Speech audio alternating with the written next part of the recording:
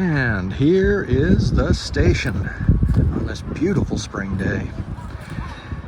It took me a while to figure out how I wanted to do it, but I think it's going to work out just fine.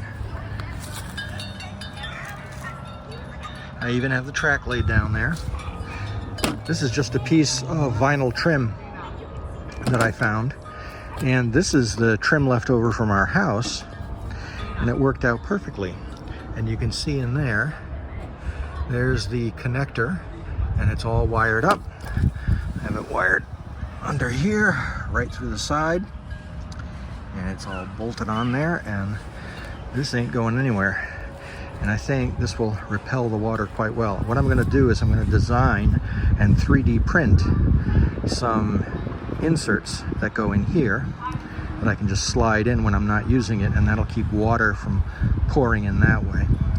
I'm concerned that water might get behind here. I was thinking of caulking it so that water wouldn't get behind there. We'll see what I think of that. Because I think if it gets behind there, it's just gonna run down and then run out the edge down there. But I'm not sure. So we'll have to see if any water pools up. And if it does, then I'm gonna have to caulk that whole thing. And that should take care of it. The track is coated with Noox, so it shouldn't rust. Hopefully not in my lifetime.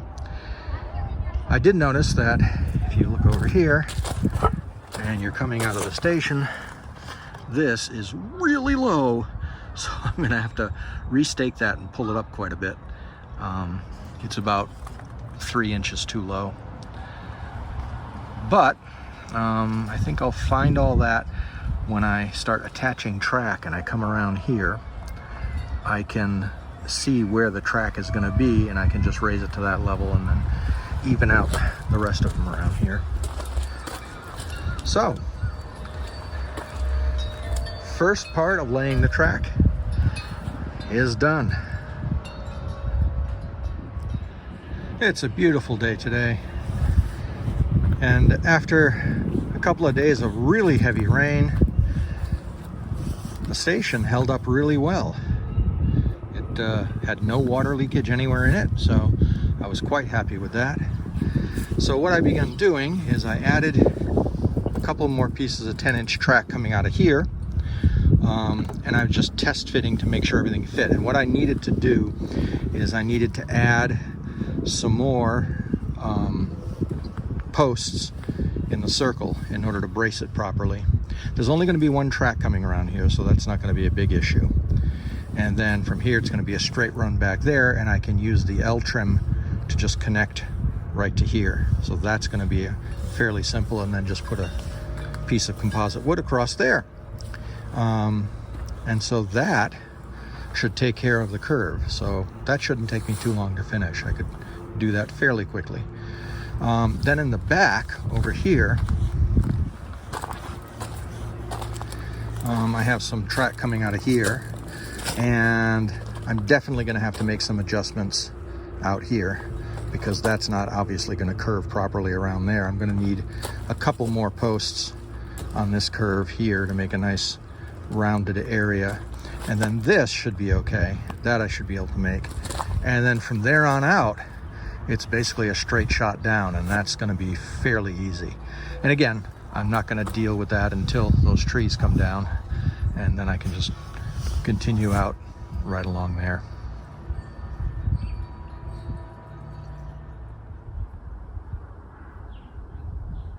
All right, a little more progress.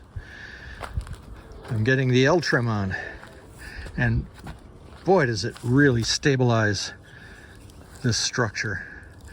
That's only one side. I got to put the other side on.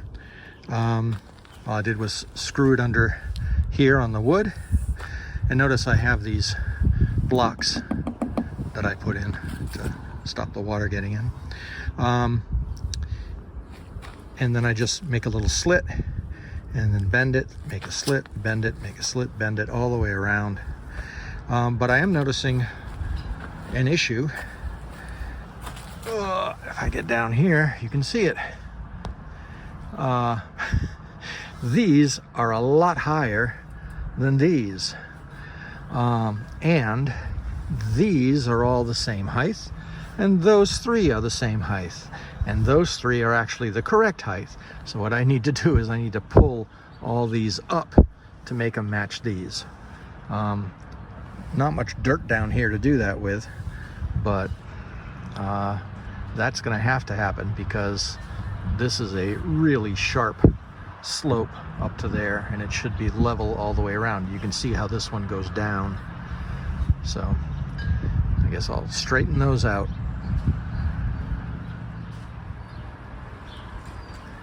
All right, one side completed.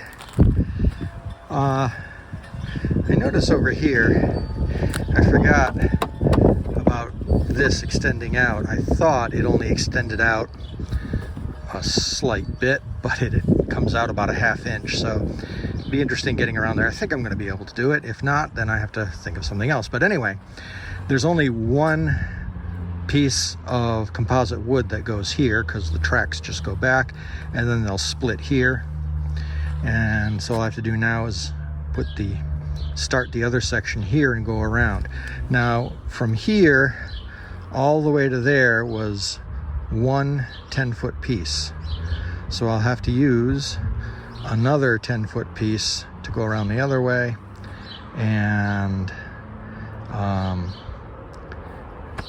I didn't think it was going to use that much, but it did. That's the fun with circles. But that I think is going to work out really well. I lifted all these up, so it's all pretty much level now. And now all I got to do is put the second half on. And there it is. Not exactly elegant, but it's the substructure and it should hold fine. This is really, really stable. So I'm very happy with how that turned out. So out of here, I'm going to come out with a piece of the composite, and it's just going to go straight across here. And then off here, I'm going to cut an angle and it'll go that way, and then they'll just go around and meet up. And that should do the station loop.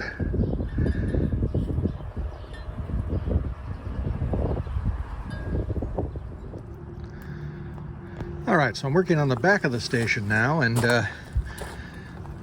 what I'm discovering is that, of course, as we suspected all along, everything is completely whacked out of level. So I went and I got my big level. And now I can just take this and I can just pop it on here and I can look. And now that's perfectly level. And then same thing here. I made it so it's perfectly level. And I get to here, and as you can see, that is hardly level at all. So this will be great. I'll actually be able to go through with this thing since it fits perfectly between these, and I'll be able to lift or lower as I need to and make sure that we have a fairly level run the whole way.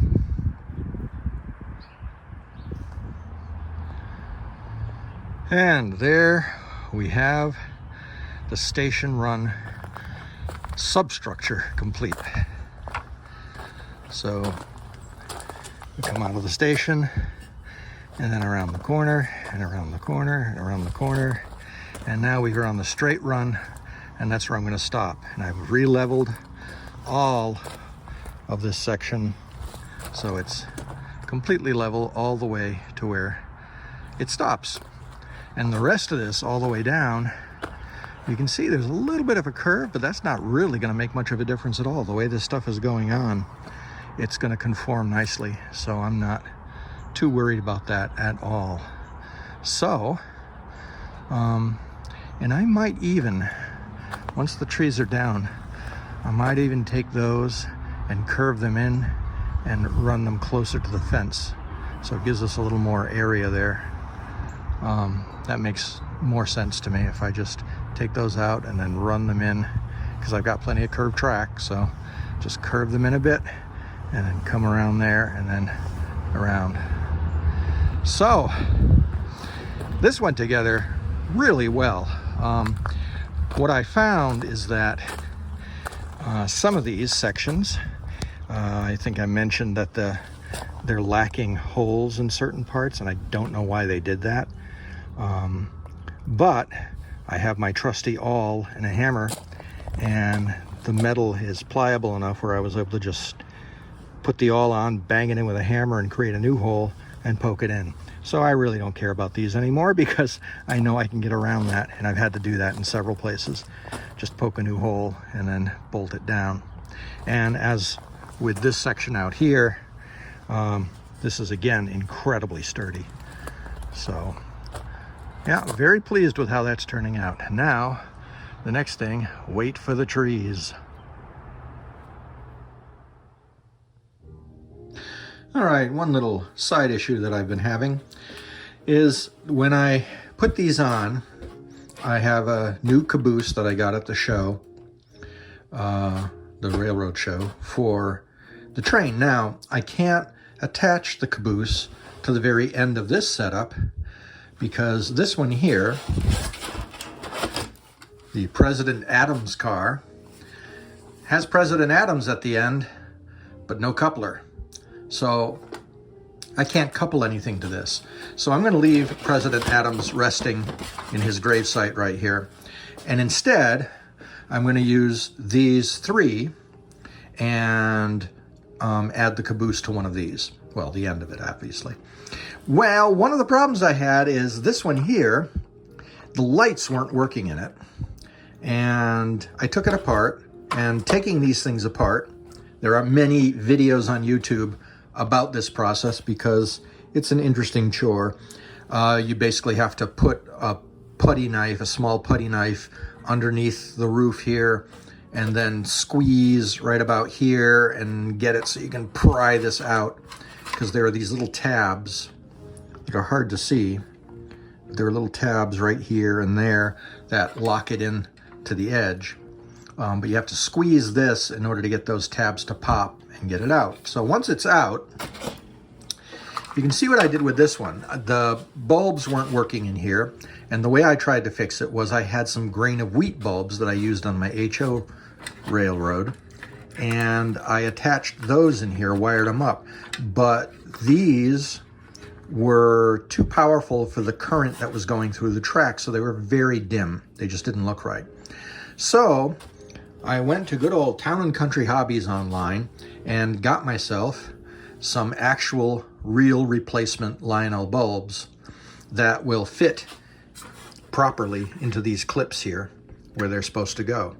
And that's what I'm going to do right now. I'm going to take apart my little messy job I did here with these and then get it back to the original Lionel specs, and that way it'll be nice and bright. So I'll have three really bright passenger cars, and I will have the one caboose, which is also lighted, and that should look pretty nice in the darker days of summer.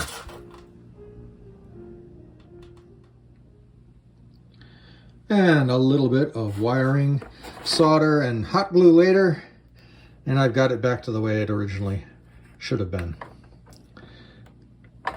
And then all there's left to do is to just pop this on the top.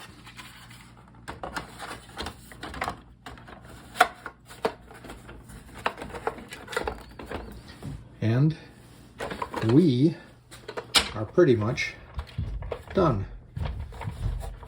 Well, I can't do this with one hand, so I'll snap it together, and then this will be all set to go.